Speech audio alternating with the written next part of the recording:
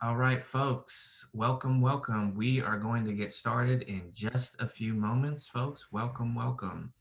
We are waiting for our presenter to tap in. She'll be here momentarily. I want to just do a quick test. I'm going to make some announcements. Let me get the chat open here. Can everybody see and hear me? Can you just put yes in the chat if you can see and hear me? Oh, excellent. Great. Thank you so much. And while you're at it, why don't you tell us where you're calling in from? Are you calling in from the Bay Area, from San Diego, LA, California, East Coast?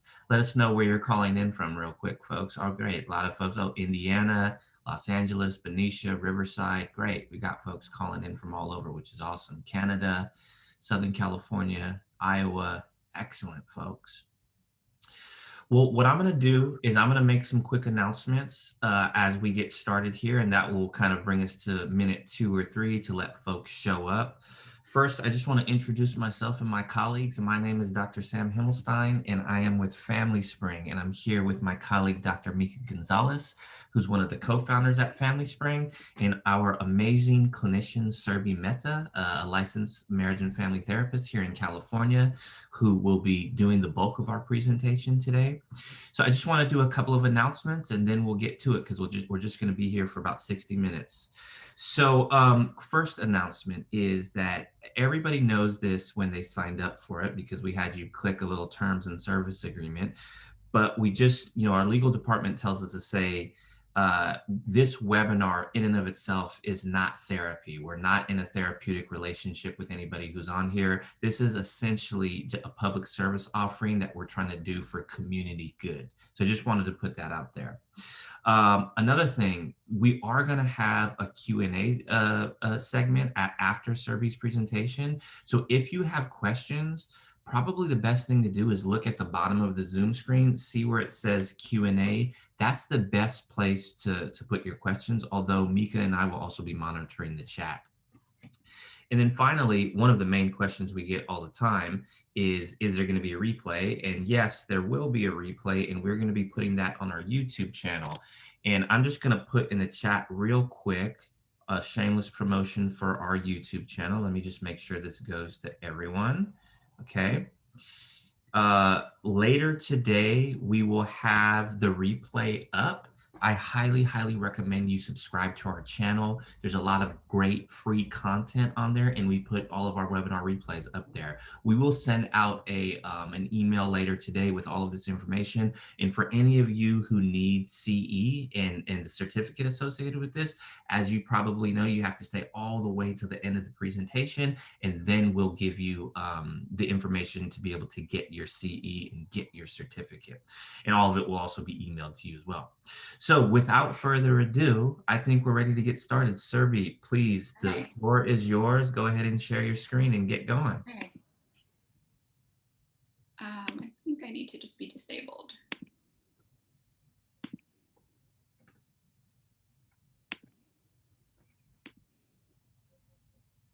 Is there a way to disable the screen sharing? You should be able to just share your screen since you're a panelist.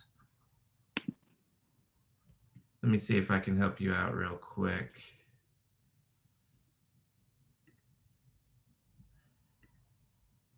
I'm going to make you the co-host just in case, but try it. Go ahead and try it now. There we go. There you go. Excellent.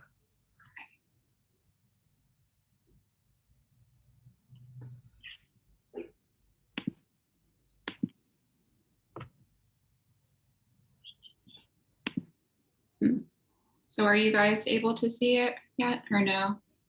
We can't see your first slide. Okay, so let me see what I've done wrong here.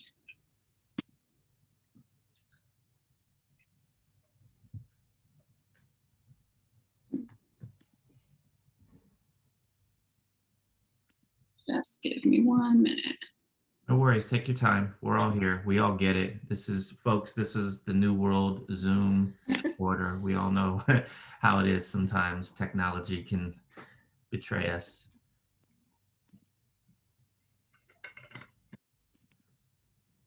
Okay, it's not coming up for some reason. Let me click on it. Let me see. Let me just do something else.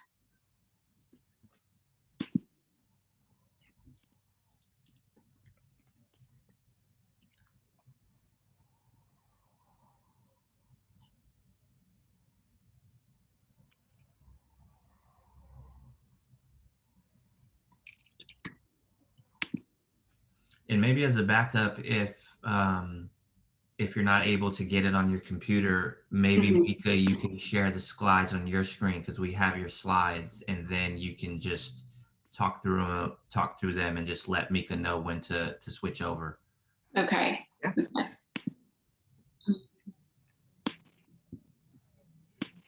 Yeah, we might have to do that. Let me just.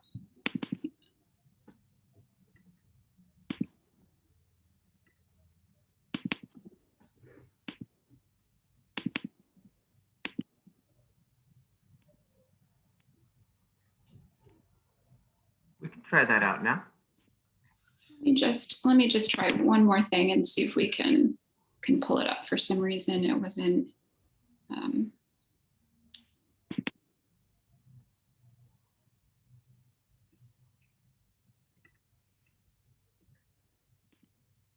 Let's try one more time and see what we can do here. There we go. Okay, there you go. Sorry about that, guys.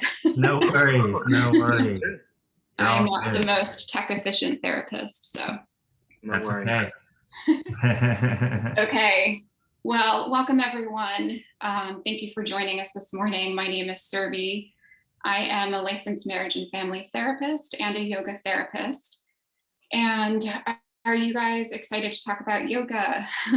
I'm excited to talk about yoga because yoga has been a really big part of my life for the past 20 years. And it also just feels like a breath of fresh air right now to be talking about yoga with everything going on in the world. So I do hope that the next 25 minutes provide some relief, some calm, and some tools that you can use either in your own life or if you work with people, with clients.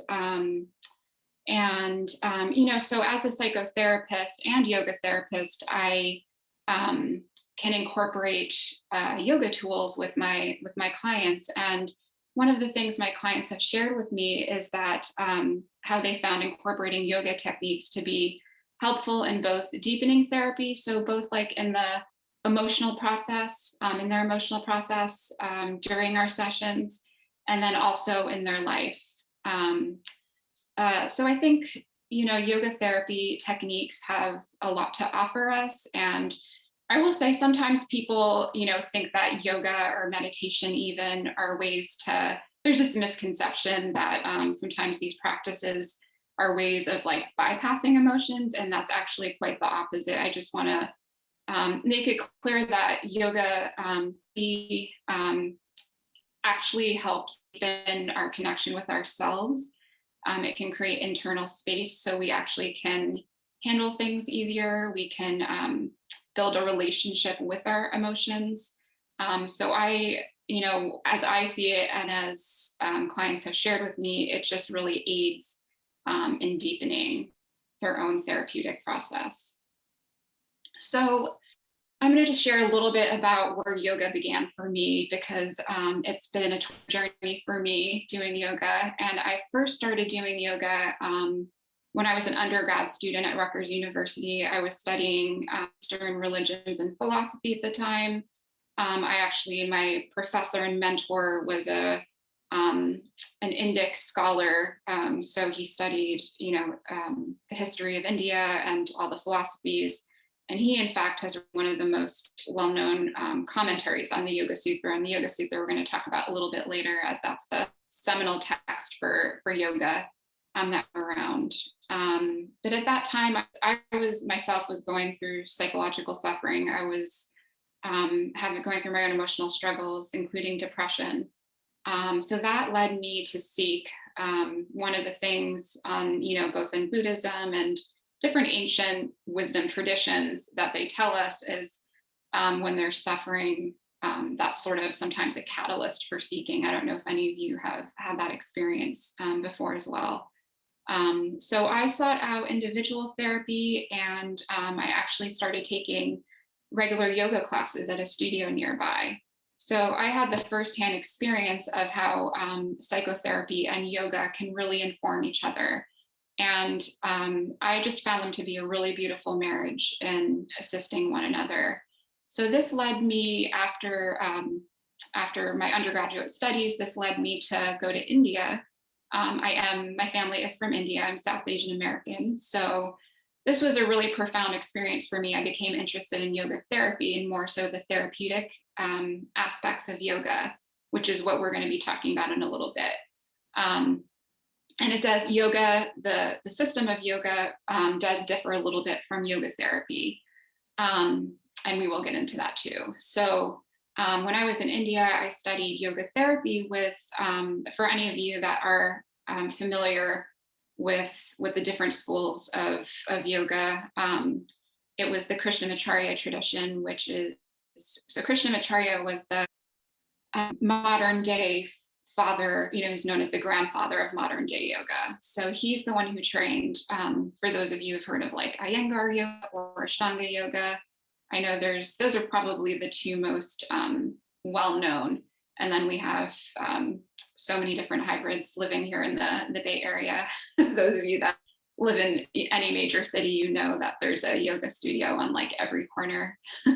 And really interesting hybrids, of types of yogas that I've seen. But Iyengar and Ashtanga are two kind of the more traditional types of yoga. And they were actually, so Krishnamacharya taught both Iyengar and the founder of Ashtanga yoga. So I was fortunate in that Krishnamacharya has long passed, but I was fortunate in that I was able to study with Desikachar, who is Krishnamacharya's son. So I got to study directly with him for 3 months after college. So you can imagine being sort of just wide-eyed, and this was a really profound experience for me. And as mentioned before, I come from an Indian family. So on many levels, it was a really sacred experience of returning to my roots too. And the lineage of Krishnamacharya really emphasizes working with the individual, and it's therapeutic, which makes it just really wonderful for work for psychotherapy. So I really took to it like a fish out of water. Like I felt like this was just such a great adjunct, and that has continued to be a really big part of my life, even throughout all the ups and downs, grief and losses, and all the stuff that the human condition brings with it.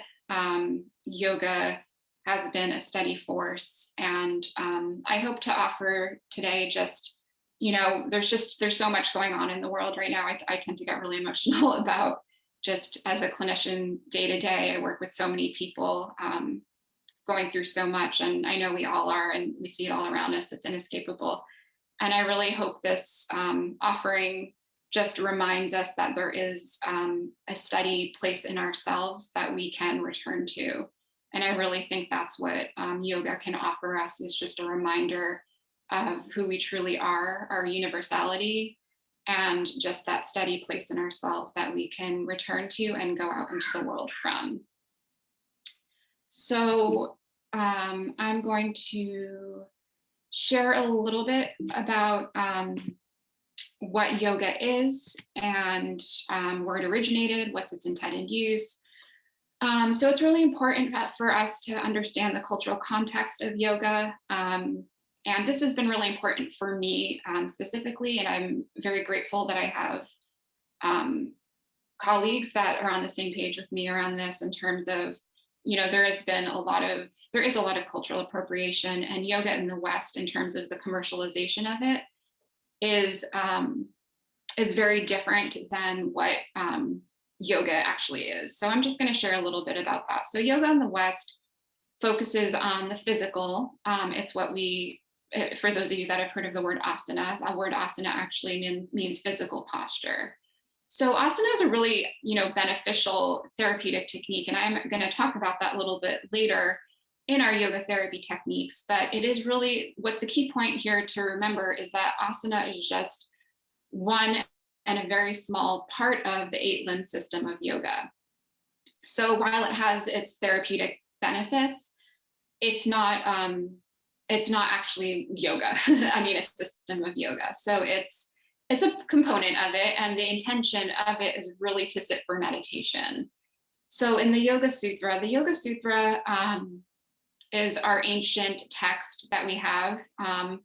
It's called the Patanjali Yoga Sutra. Some of you might have heard of it before. Actually, it is now being used as a text in teacher training. So, and it's what's really interesting is the Yoga Sutra isn't very popular in India. It's just not, it's just not one of those, but somehow it's made its way to the West. And I think it's great it's being really integrated in the curriculum for yoga teacher training. So we have that cultural context, and learning what its intended use is if we are, going to be using yoga here. So it's an 8-limb system, and the Yoga Sutra is where it is, it's been said it was compiled by Sage Patanjali. Back in those days, it's a little bit hearsay, but he was the sage who systematized yoga. So in the Yoga Sutra, we find yoga to be systematized for the first time. And then we learn the actual definition of yoga in verse 1.2, which is yoga is the calming of the cessations of the mind, or the fluctuations of the mind.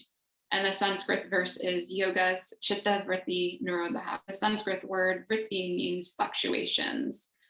So yoga, that's what yoga can offer us. And then in verse 1.3, we learn that if we are able to calm the fluctuations of the mind, then we get a taste of our own true nature. So once we are able to calm the changing states of the mind, then our true essence, what is called pure consciousness in the Yoga Sutras, there's different words for in different traditions. That's what comes forth. So we actually get to experience that, which is quite a lofty goal, but that's the system of yoga, and it's a really beautiful thing, actually. So let's see. We're going to move on to here we have the 8 limbs of yoga, kind of more as a visual, as I talked about earlier in the Yoga Sutra. So we have yama, niyama, or more the codes of conduct in society. So like truthfulness, nonviolence, all these goals. And of course, the Yoga Sutra, it's important to note, was part of a particular place and time. So while, the essence of it, the system of it hasn't changed, the human condition hasn't changed that much, but obviously our context, our times have changed. So what the yamas and niyamas meant back then might mean something a little bit different now in terms of our time and place.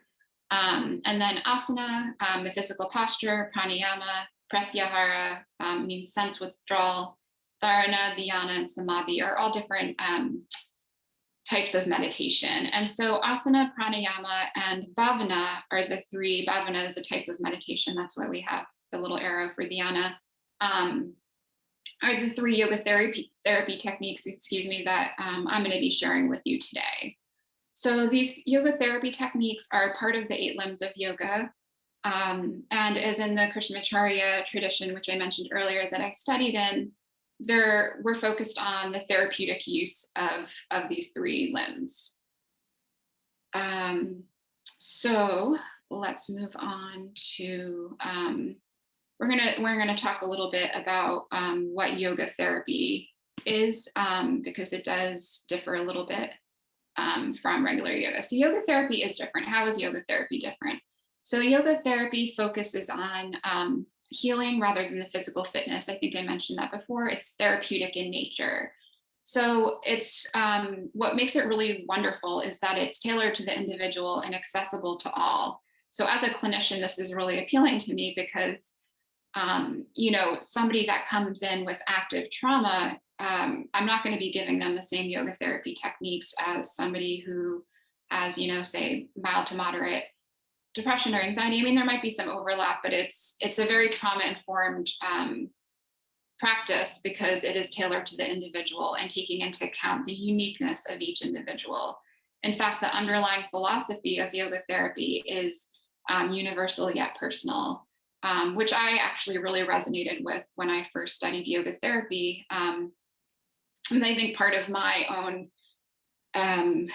I guess you could call it a crisis, or grappling with having roots in two cultures, was finding the universality and the individual, the uniqueness. And in therapy, people come in with with all their individual differences, our worldviews, our culture, our race, backgrounds, how we experience the world, and yet we are all part of the human condition and can relate to aspects. So it's a really, the philosophy in and of itself is really inclusive and expansive, and yet really honors the uniqueness of each of us and what we've come into the world with. And so that's how yoga therapy is different than, say, when you go into a yoga class. One of the things even my friends tell me is that they feel intimidated going to yoga,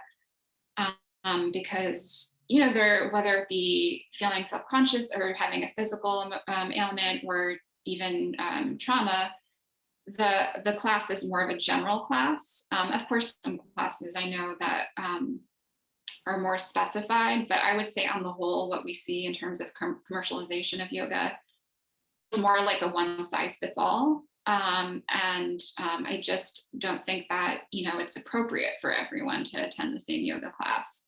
So yoga therapy is really wonderful in that way, as it really allows everyone to participate in yoga and really address the individual needs. And so in that respect, it's therapeutic. And it also has several techniques useful to talk therapy. And as mentioned earlier, as a psychotherapist, I offer the use of these yoga therapy techniques to my clients. So let's talk a little bit about what those techniques are. So you're just gonna have to bear with me, guys. I'm having a little bit of a lag in these. There we go. So the 3 yoga therapy techniques we're gonna focus on today are asana, which is posture, pose, or seat. I referred to asana a little bit earlier, and if you remember that, the lotus diagram of the 8 limbs of yoga, asana was one of those. And then pranayama. Some of you might have heard of pranayama. I know even in yoga classes, they do incorporate some pranayama or returning to breath awareness. So the word prana means life force, and the word yama means control or discipline. So in pranayama, we do, these are specific exercises.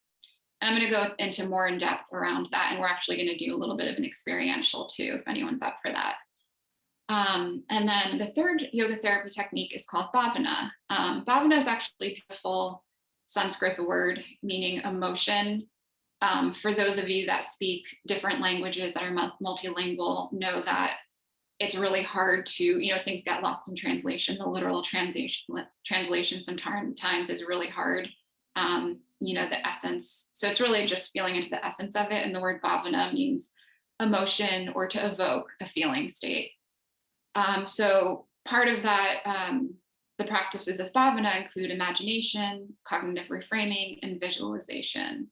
And don't worry about too much about this now. I'm going to go into depth with each of these. So, okay, so hopefully you guys are all bearing with me. I am going to talk about asana now. So asana is what we're probably all, those of us who've taken yoga classes are the most familiar with. Asana is the physical posture, and asana, so now we're, just to recap, we're now moving into the realm of yoga therapy. So what we're talking about now are the therapeutic aspects, our 3 yoga therapy techniques. So asana can increase concentration and awareness by linking movement to breath. So this is what makes asana and yoga therapy quite unique, is that we're linking the movement to the breath. So we already here see the component of focusing and concentrating the mind and engaging the breath.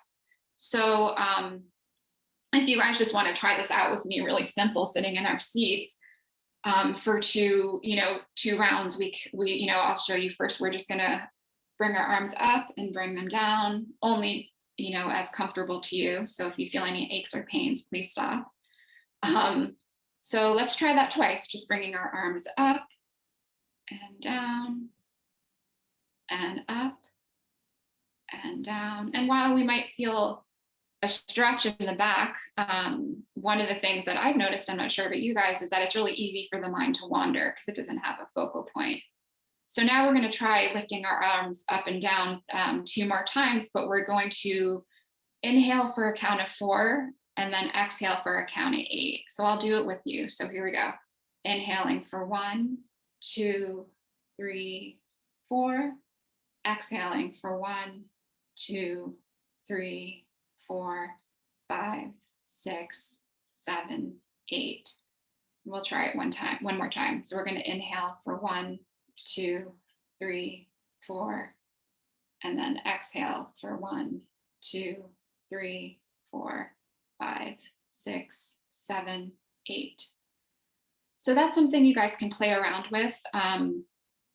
Even when you're sitting at your desk, many of us are still working from home, or even if you're in your office, or if you need a little bit of a transition, going from one activity to the next. So hopefully the point here is that when we link the breath to the movement, it creates a focal point. It has a therapeutic effect. So that can be really helpful for our wandering minds, right? So we're already engaging the mind. Something I want to just go back to that I forgot to mention in regards to the Yoga Sutra is that it's actually, and remember the Yoga Sutra was the first text where yoga was systematized for the first time, is that it's actually a text of the mind, right? It's actually where it's called a text actually of yoga psychology. We learn all about the different states of the mind, the inhibitions, the places in our mind, fluctuations, or things that can be hindrances to our mind. So it's actually, it's a mind text. So we're going to be engaging the mind in each of these yoga therapy techniques. So the second thing is that asana, is a physical posture, right? So we're engaging the whole system. So it releases endorphins, it reduces cortisol. So those of you that are familiar with the, flight, freeze, or flight, fight, freeze response, it's always a tongue twister. That's where our cortisol levels shoot up. And of course, stress is a part of life. And in fact, it's a small amount of stress, is a healthy part of life. But unfortunately, we are probably above that threshold. So asana can really help reduce our cortisol levels, release those feel-good endorphins. I don't know about you, but just actually looking at this visual of this, the model that we have on the page here doing the child's pose is just, it's a very, I feel calm just looking at that. So asana really does engage the whole system and has a neurobiological effect. So now I'm going to just go into how I integrate asana in my work with clients, one-on-one work in psychotherapy, right? Because that can be a little bit tricky. So one of the great things about asana is it helps to embody desired emotional states. Some of you might have experienced this before. So child's pose, as we see here as the visual, is a really wonderful pose for creating internal safety. It's, there's a comforting aspect to it. It's actually really great for just bringing the body down into the body, bringing the stress levels down, for surrendering, for creating a container. So what's wonderful is that I can actually, so if I have a client that's working through stuff, I can match the asanas. And this is what makes yoga therapy so individualized and tailored, is really, no two practices are the same for two individuals. So if I have a client coming in that's working on trauma or just, having difficult time feeling safe in their body, which, I'm sure so many of us can relate to. What we would do is we might talk about doing child's pose in session and see how it feels. And then I would have them integrate it into their life. And then we would, for that week, and then we'd come back and talk about it.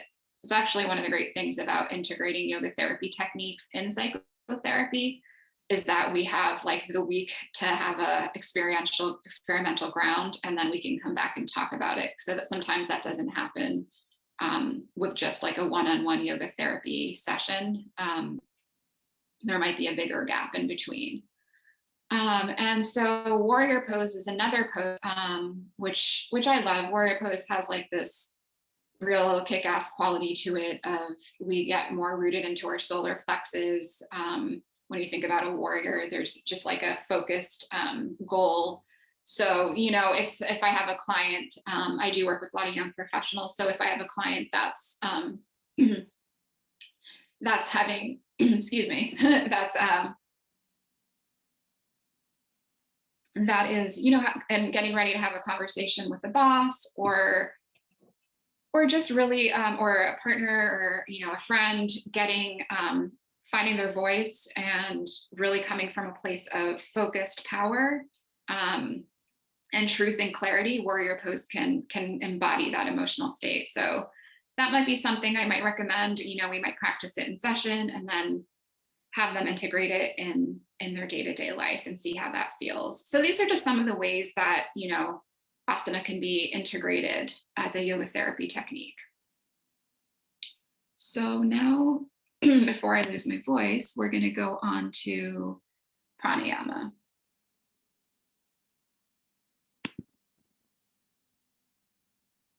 Okay, so pranayama, as I mentioned earlier, is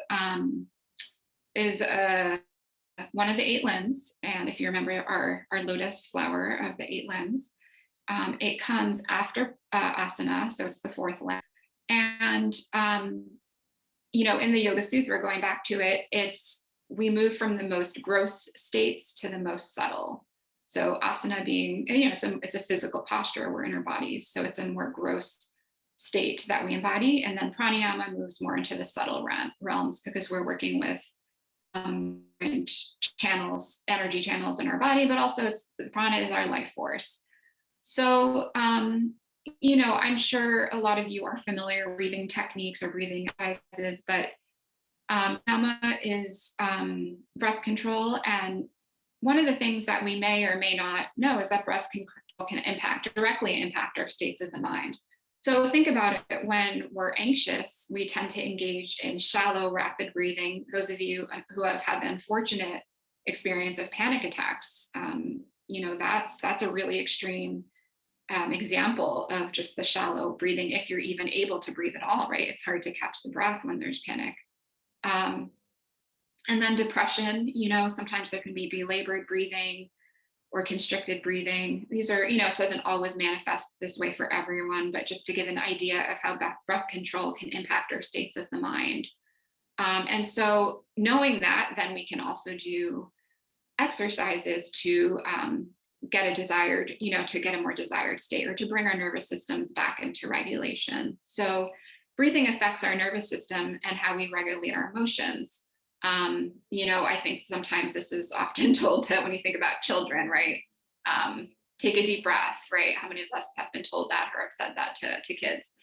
And even for ourselves, that's taking a deep breath can have a really big effect on our nervous systems. And it's a helpful technique in terms of having a tool to empower ourselves to know how to bring the nervous system back into calm just a little bit more, and be able to respond from that place. Because, when we're triggered, when we're emotionally hijacked, it can be difficult. Sometimes we need to walk away, but breathing is another tool we can do so that we can respond, in a way that feels more in alignment with what we would want. So one of the ways that we actually can do this is by having ratios, different breathing ratios. So, there's different breathing ratios in pranayama, one of them being a 4-to-8 ratio. We used that before in the little brief asana arm raises. So one of the things is that when there's a longer exhale, it's called a lungana. In Sanskrit, that's the word. So that actually has a very calming effect on the mind. So the way we use it in pranayama is usually to have it be either 6 or 12 or 4 and 8.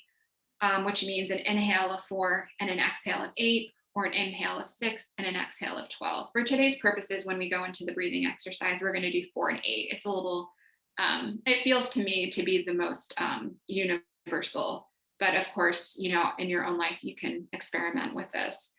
Another way is sometimes you might have like a 6-to-6 ratio that has a calming effect also. It's more of a stabilizing equilibrium type of breathing ratio. But so this is how we work with the life force, is that we have these different breathing ratios that can impact our emotional states.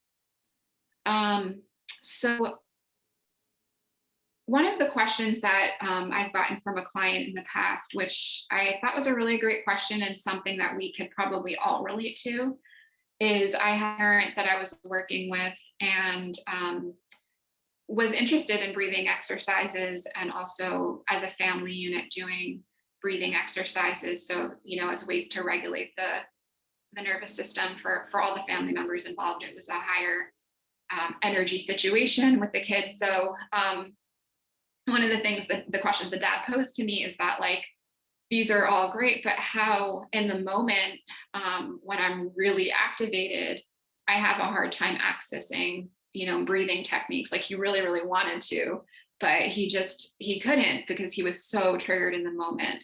And this is such a great question. You know, I just really appreciated that question, because it's so honest, and this really happens, and this happens to me. This happens to all of us. I think it's quite a universal experience of wishing we had paused or wishing we had responded differently. And, you know, I will say that in the underlying yoga therapy and in the spirit of it, it's always to have compassion for ourselves and others. But, you know, for ourselves, like, this is having acceptance and compassion that it's not perfect. We're not going to respond in these perfect ways, and that's fine. That's life.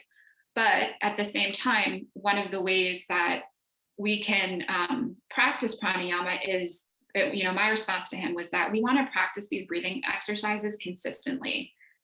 So you're planting the seeds so that when you do get into those situations where you wish you had access to pranayama, you have a greater chance of maybe doing something different in that moment. You might even have access to breathing.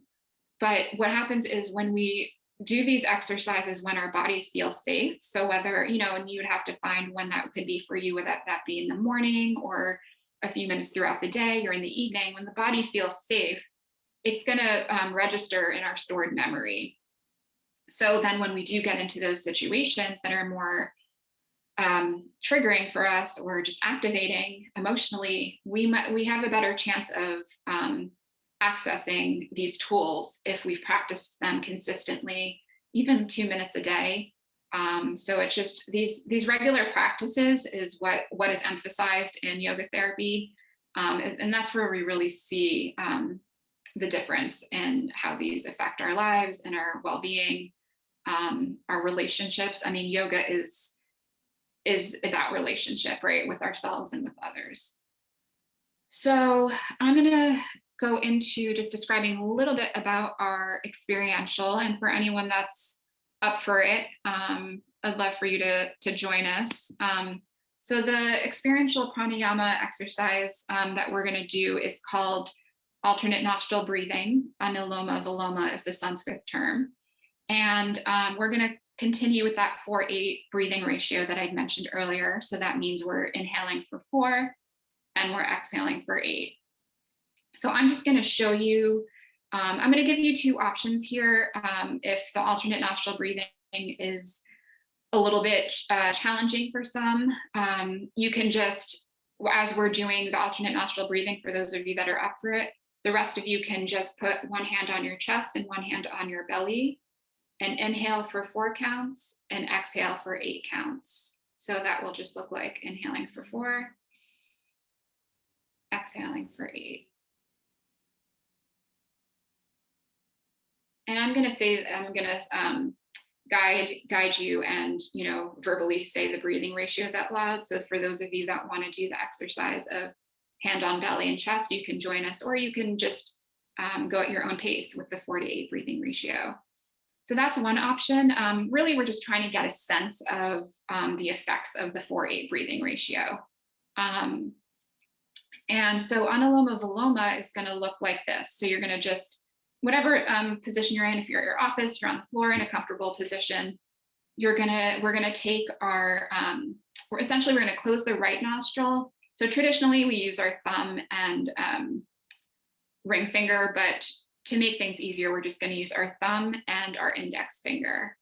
So what we're going to do is we're going to close the right nostril, and I'm just going to show you one time, and then you can join me. We're going to close the right nostril with our right thumb, which allows us access to our left nostril. So then we're going to inhale for 4 counts through our left, close the left, and exhale for 8 counts through the right. And I'll just show you one more time. So we're going to inhale, then we're going to, and since we have the right nostril available to us, we're going to inhale for 4 counts. Close off the right and exhale for 8 counts.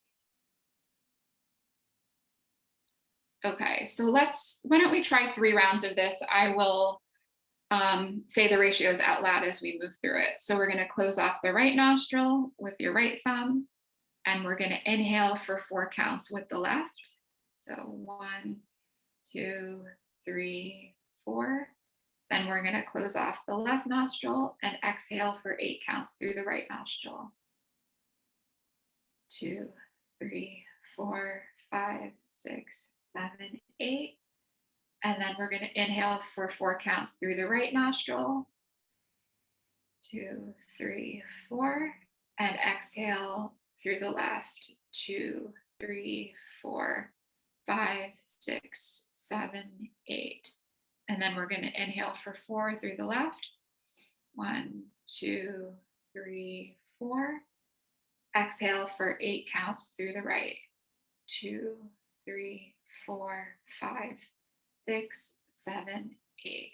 And if you guys want to try this for 1 or 2 rounds by yourself, I don't, sometimes my counting may not correspond with your own body. So feel free to try this for a few seconds. And then what I suggest is just closing your eyes and putting your hands, your palms, on your legs, and really just taking a moment to feel the effects of the breathing on your mind state.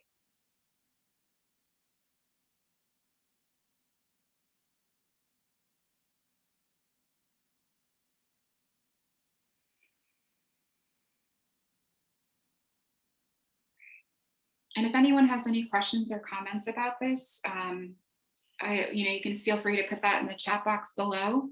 We can try and address as many as we can get through at the end. So this is Anuloma Viloma. This is called alternate nostril breathing. It is a little bit more of an advanced breathing, but once you get the hang of it, for myself personally, I don't know how you guys are feeling right now, but I've found that it just really it can instantly bring the nervous system back into equilibrium and just has a really calming effect on the mind.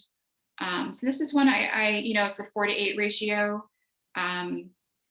Here's the visual, and I hope this can be a helpful tool for yourselves or for your clients in trying this out in your life. So this is just one of the examples of pranayama that I use with my clients.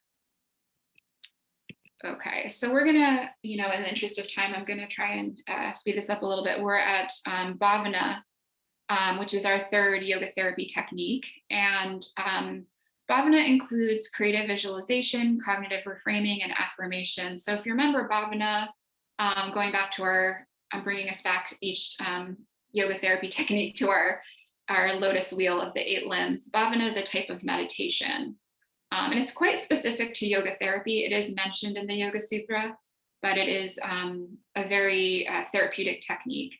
So Bhavana means emotional state, right? Evoking emotions.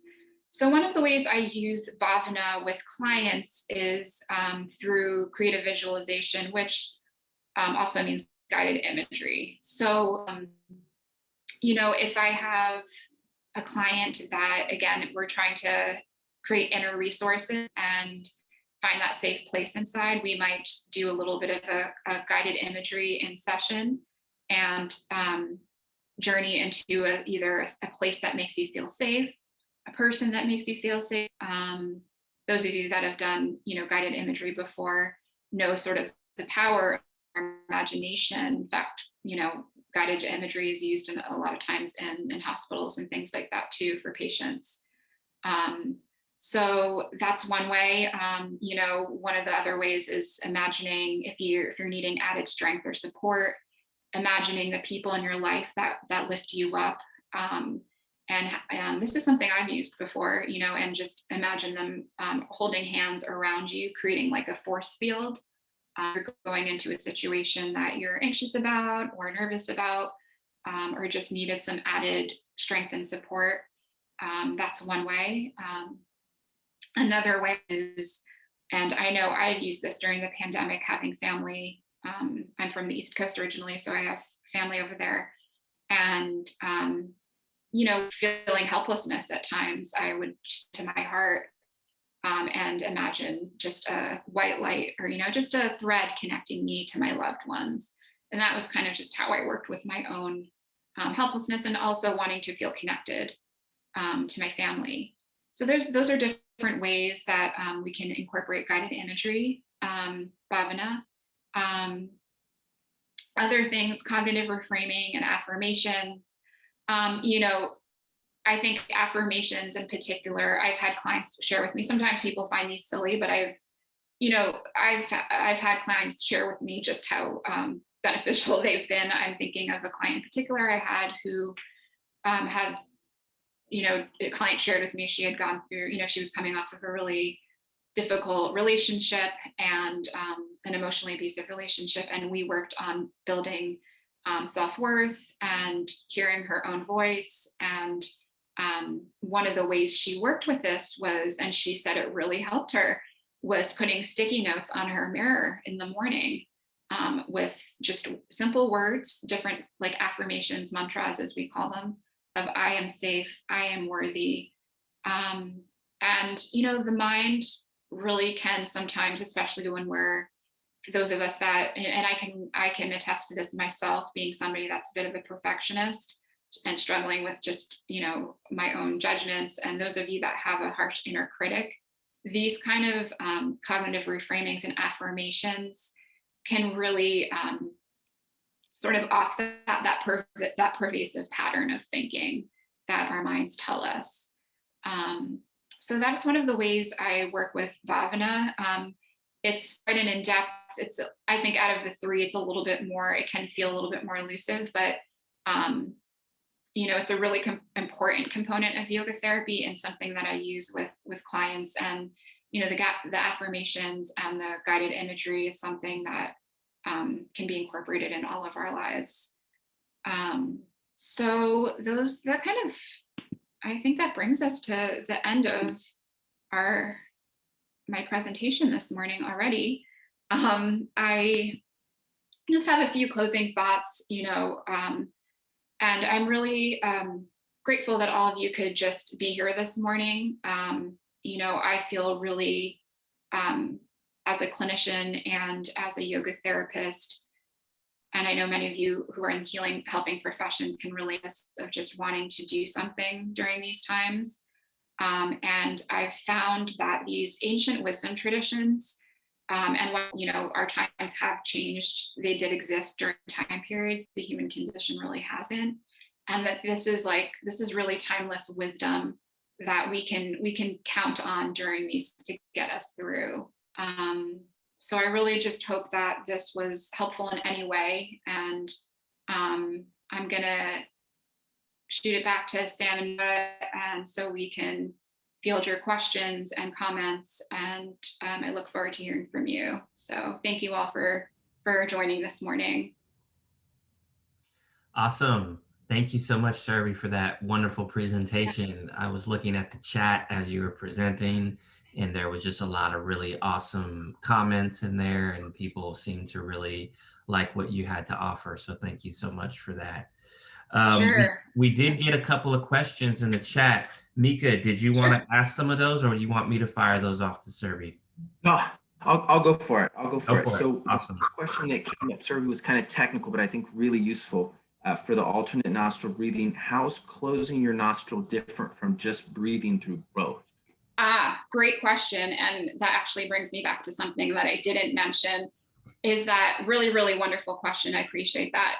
Is that when we're doing that, is we're balancing the right and left hemisphere, sorry. So the right, we get to access both the right and left hemisphere. That's the intention of closing the right and left, because normally when we just do the the 2-part breath of inhaling for 4, exhaling for 8, we don't have that same effect. It's calming for sure, but really the alternate nostril engages the right and left hemisphere.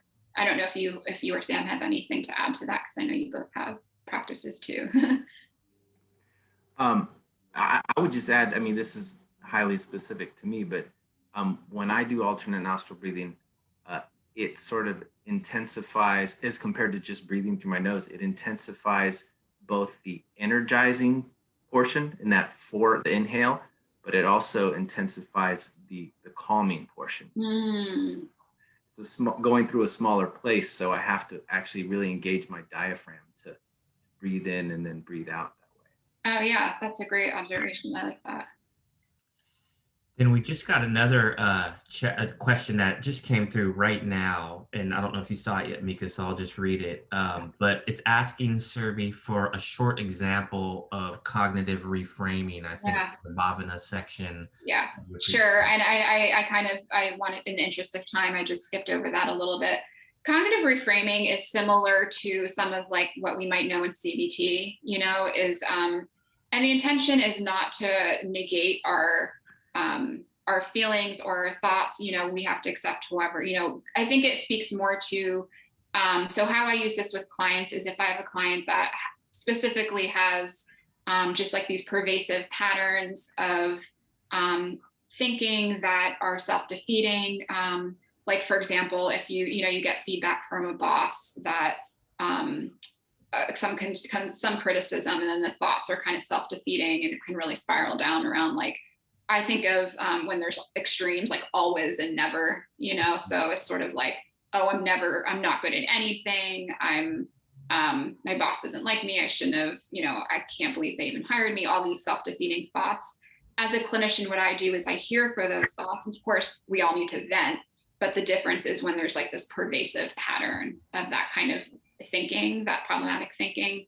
So then what I would do is just offer a reframe and sort of challenge those thoughts. Maybe like, okay, let's think about times where you did do things right, and the fact that you did get hired for the job, so they must have seen something. And so it's just really what it does. It creates spaciousness around our negative thinking or self-defeating thoughts. Yeah, that makes a lot of sense. Yeah, one thing you said earlier that stood out to me in the presentation too, and I wonder if this could go along with that type of intervention, was you were talking about like working with young professionals and like the warrior pose, and how that can sometimes, like what I took from that is, sometimes when you're going into a situation with a supervisor or boss or whatever it is, that could be helpful for confidence and just being in your body. And there's a lot of research actually behind what's called like the power pose. It's kind of like the superhero pose before you give a presentation. And right. that just really struck me what you said, because a lot of that seems to have its roots really in yoga. And I can imagine that being paired with cognitive reframing could be really helpful. Absolutely. Yeah. Thank you for linking those together, because so both of those together could be a powerful combination. Yeah. There was also a question in there. Any suggestions to help someone de-escalate if they're extremely agitated and / their amygdala is not able to engage in a breathing exercise? Maybe I'll pass. I do have some thoughts, but I know Mika and Sam, you guys, I'm sure have some thoughts around this too. Yeah. Oh, go ahead, Mika. I'm sorry. Oh, well, I was actually just going to say one of the things that came up when you were preparing for this presentation that I got from you, Survey, was just how if for example you're too triggered, too traumatized, too anxious to locate your attention in your body, that some of the bhavana kinds of things, the creative visualizations, where Yeah. you're sort of projecting your mind, your imagination outward Yeah. on something that feels positive, that feels good, that feels affirming, not necessarily a sensory experience. Right. Those are things that I think I've used, kind of intuitively in the past, but after hearing Serbi, I'll probably try and use them a little bit more actively. Yeah, no, thank you and that's sort of what my thoughts would be, similar around having compassion for oneself too. It's amazing what that, I know in those moments that can be sometimes hard, but the bhavana can be helpful too, because it is more imaginal. But just the act of having some acceptance and compassion for oneself, it's amazing how I've experienced this myself too, how we kind of just, it takes the punch out of it a bit, but another way it could be like sitting on the ground, just feeling safe, a little bit more tactile, or finding ways to ground oneself. And it can be hard, right, in those moments when we're so escalated. But again, going back to, I would say at those moments, it's just finding ways to feel safe in your inside. And then when you do feel safer, practicing some breathing exercises. I don't know, Sam, if you have any thoughts on this as well, because I know you do mindfulness a lot too. Yeah, no, I think you said it wonderfully. I think it's about, sometimes sometimes we're too triggered to do a breathing activity, and it's the trigger, it takes us out of our own window of tolerance, and we need to Right. come back into our window of tolerance before we do the breathing activities. And the way to do that is to feel safe. Yeah. And so what you're saying is a great way to do that. And it just reminds me of like the asana side of what you presented earlier, kind of the physical and the tactile and getting in your body. And that's usually the first step. So I think totally in alignment with what you said. I am noticing the time, and one question that has come up a couple of times in the chat, and I don't want to forget to address it, because I'm pretty sure the same person asked it. So I think that means they want it answered, is how do I find a yoga therapist? How does somebody find a yoga therapist? And that is an excellent question. And the great news is we have a yoga therapist with us right here, right now. And so it can be really tough, folks, to find a therapist who you feel connected to find somebody that you feel like can actually help you. So for those of you who are in California, because we are an organization that's located in the Bay Area in California, but because of the virtual world, we can offer services to anyone in California. For those of you who, like Mika and myself, feel like Serbia is an absolute rock star, and you might be interested in the intersection of yoga and therapy and yoga therapy for yourself, I'm going to drop a link in the chat momentarily, and you can reach out and fill out that information. And basically what would happen next is we would schedule a call with you to see if it's actually a fit.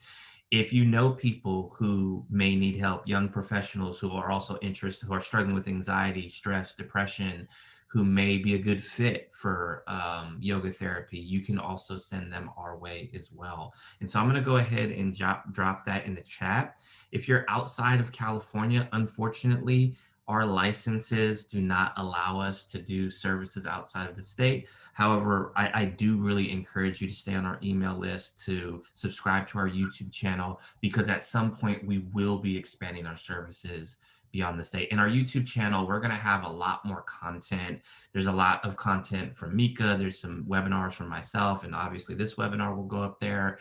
And maybe we'll even have more yoga therapy content that could be up there in snippets to be helpful. But yes, if you do feel like you need extra support right now, please go ahead and go to that link that I just dropped in the chat and fill it out, and we'll be in touch with you as soon as possible. I'm just going to drop it one more time. I think that's it, folks. Any last words, Serbi and Mika, before we sign off? No, I really appreciate everyone showing up today, and your questions were wonderful. I had fun with it. It's been such a big part of my life, and I'm just really grateful that I got to share it with all of you. So thank you. Yeah, I appreciate everybody coming. And like Sam said, definitely look to see our website and our YouTube channel to see what's coming next. Yeah, and one thing I forgot to say was for those of you who need a certificate for continuing education, the instructions for that pretty simple. You're going to get an email in about an hour, maybe 2 hours. We just need to upload this webinar to our YouTube channel. We're going to do that, and then you're going to get an email that basically says webinar replay and how to get your certificate in CE from this training. It's going to be very simple. There's going to be a link. It's going to take you to an evaluation. As you know, with CE, we have to do an evaluation. You'll fill that out, and then you'll be redirected to a page with a certificate you can download, and that will have all the information from today's training except for your name, and you can either print that out and write your name in or download it and type your name in, and that's how you will get your certificate in CE, folks. So please look out for that email in about an hour or two. Other than that, thank you so much for your time. I hope everyone found this useful, and we look forward to seeing you at our next free webinar. Look out for our email communications. We'll probably do that in the next month or two. All right, folks, have a good rest of your day. Bye. Take care. Bye.